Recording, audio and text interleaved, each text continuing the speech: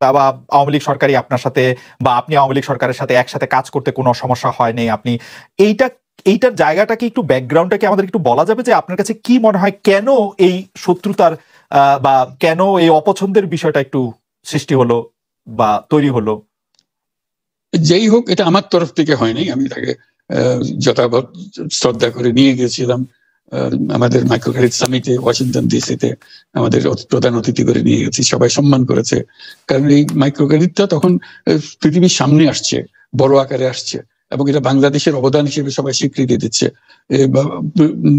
ওয়াশিংটনে দুনিয়ার সেরা যারা সবাই উপস্থিত ছিলেন, তার মধ্যে আমরা ওনাকে নিয়ে গেছিলাম এই জন্য যে বাংলাদেশের পক্ষ থেকে এই গৌরবটা যেন তিনি আমাদের পক্ষ হয়ে গ্রহণ করেন। উনিও রাজি হয়েছেন, উনিও গেছেন, করেছেন। কাজে এটা স্বাভাবিকভাবে এই সম্পর্ক থেকে যাওয়ার কথা ছিল, কিন্তু কি কারণে এটা ঘাটতি হতে আরম্ভ করলে বুঝতে পারলাম না। কিছুদিন পর থেকেই ওনার আচরণ এবং তার শব্দ পরিবর্তন হতে আরম্ভ করলো। এমন পরিবর্তন হলো এখন আমাকে চোট বদমাইশ ছাড়া আর কোনো বিষয় উনি মনে করেন বলে মনে হয় না আমার কাছে। আসলে এটা নিয়ে কথা বলাটা একটু বিব্রতকরই, কিন্তু কেউ কেউ এটা বলে থাকেন যে বিশেষ করে যে 2007 সালে যে 111 সরকার আমরা যাকে বলি, তাদের যে বিরাজনীতিকরণের একটি চেষ্টা, সেই চেষ্টার মধ্যে আপনার অংশগ্রহণ আছে কিনা। যদিও বারবার বলা হয় যে আপনি আসলে সেই ক্ষমতাটা দখল করতে চেয়েছিলেন, অথচ আমরা উল্টা শুনেছি, আপনার মুখেও শুনেছি, যারা ওই সময় কুশলভ ছিলেন তাদের মুখেও শুনেছি যে আপনাকে আসলে অফার করা হলো, আপনি সেটি ফিরিয়ে দিয়েছিলেন। কিন্তু কেউ কেউ আবার বলে থাকেন আপনি একটা লম্বা সময়ের জন্য চেয়েছিলেন। এইটি কি একটা কোনো কারণ হতে পারে? এই ব্যাপারটি কি আমাদের দর্শকদের জন্য মানে বা ইয়েদের জন্য একটু আপনি পরিষ্কার করবেন যে আপনি আসলে রাষ্ট্রের সর্বোচ্চ ক্ষমতায় বা রাজনীতির জায়গায়, দেশ পরিচালনায়, সেগুলিতে আপনি আসলে আসতে চেয়েছিলেন কিনা, চান কিনা, বা ওই জায়গা থেকে? যদি চাইতাম খালেদ, যদি চাইতাম, তখন যখন মিলিটারি আমার বাসায় এসে বসে রইল সারা রাত আমাকে রাজি করানোর জন্য, আমি তো লুফে নিতাম। রাজি করানোর জন্য বসে থাকতে হবে কেন? আমি যদি ক্ষমতাই চাইতাম তাহলে আজ চলেন চলেন, কি করতে, কি কোন জামাটা পড়তে হবে দেখিয়ে দেন, এখনই যাচ্ছি। আমি তো সেটা করিনি। তাদের সঙ্গে তর্ক করেছি, সারা রাত ধরে তর্ক করেছে যে না ভাই আমাকে দিয়েন না, আমি এই কাজের উপযুক্ত না, আপনারা অন্য লক্ষ্য যান। তারা আমার উপরে মন ঠিক করে ফেলেছে আমাকে নিতে হবে।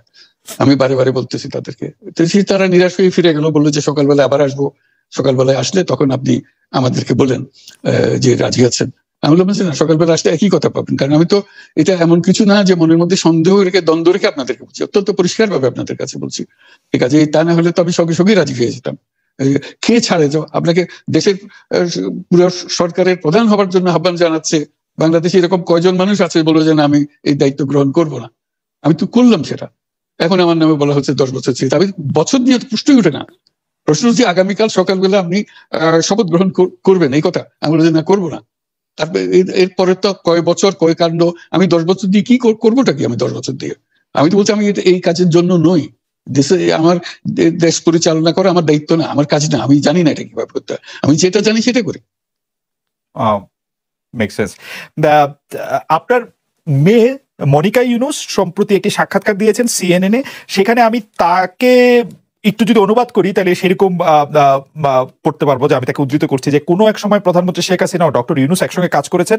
আমি আশা করি সেই সময়টা আবার ফিরে আসুক, শুধু গ্রামীণ কিংবা সংশ্লিষ্ট সব প্রতিষ্ঠানগুলোর ভালোর জন্যই নয়। যদি তারা আবারও একসঙ্গে কাজ করেন তাহলে সেটা চমৎকার হবে। এই মনিকা ইউনুসের এই আশা কি আপনারও মানে একই রকম আশা কিনা যে প্রধানমন্ত্রী শেখ হাসিনা এবং ডক্টর ইউনুস একসঙ্গে কাজ করলে আরো কিছু চমৎকার কাজ হবে, বা এটা আপনি আশা করছেন এরকম কি? এটা কি এখন আমার জন্য করা যাচ্ছে না যে আমি নারাজ করতে চাই না? তুমি ভাবখানে এমন করছো যে আমি আপত্তি করছি, আমি কাজ করতে চাই না। আমাকেও যে বললাম চোট বদমাইশ করে রেখেছে, সেখানে কাজ করার তো কথাই উঠছে না। আমার নাম উঠলেই ওনার রাগ উঠে যায়। আমাকে সুদখোর না বললে ওনার মন তৃপ্ত হয় না। আমাকে চুবিয়ে না ডুবালে, পদ্মা নদীতে আমাকে চুবিয়ে না ডুবালে ওনার মনে শান্তি আসে না। ঠিক আছে, আমি কি করে বলবো? ওনাকে বলতে তো হবে, ওনাকে যদি কিছু বলতে হয়। পদ্মা নদীর কথাটা যখন উঠলই, পদ্মা ব্রিজ সম্পর্কে যে কথাটা সরকারের উচ্চ মহল থেকে এটা বলা হয় যে আপনি আপনার ক্ষমতা ব্যবহার করে বা আপনার পরিচিতি ব্যবহার করে বা আপনার যে একটা সাংঘাতিক রকমের গ্রহণযোগ্যতা সারা দুনিয়াতে আছে, যেটি আসলে ওয়ার্ল্ড ব্যাংক সহ অন্য জায়গায় আছে, সেটি দিয়ে আসলে আপনি পদ্মা সেতুটা বাংলাদেশ যাতে ঋণ না পায় সেটির জন্য আপনি চেষ্টা করেছেন। এই ব্যাপারটা নিয়ে কি আপনি একটু কিছু বলবেন যে এটা আপনার বিরুদ্ধে একটা অভিযোগ? কি বলবো, এটা বলো, এটা হাস্যকর একটা কথা মুখ থেকে বলে ফেললো, চোর ডাকাতের মতো। এটা আরেকটা বলে ফেললো, এটাই সত্য হয়ে গেল। আমরা যে বারে বারে বিবৃতি দিলাম তখন এটা প্রশ্নই ওঠে না, আমরা বাংলাদেশের নাগরিক হিসেবে আমরা গৌরবান্বিত যে এই পদ্মা সেতুর উপরে আমরা একটা সেতু বানাতে পারবো, এটার জন্য আমরা সবাই চাই। কাজে এটা তো বিরোধিতা করার তো প্রশ্নই ওঠে না, কেন বিরোধিতা করবো? দেশে যে একটা বড় রকমের ঘটনা ঘটতে যাচ্ছে সেটা তো আমরা সবাই সমর্থন করেছি। বলেই চললেন। এখন একজনে বলতে থাকলে তো আমার করার কিছু তো নাই। উনি এত শক্তিধর যে এখানে আমার কথা তো কিছুই থাকে না। ওনার সরকারের যাবতীয় প্রচার যন্ত্র ওনার হাতে। আমার তো আমার গলার যত তীক্ষ্ণ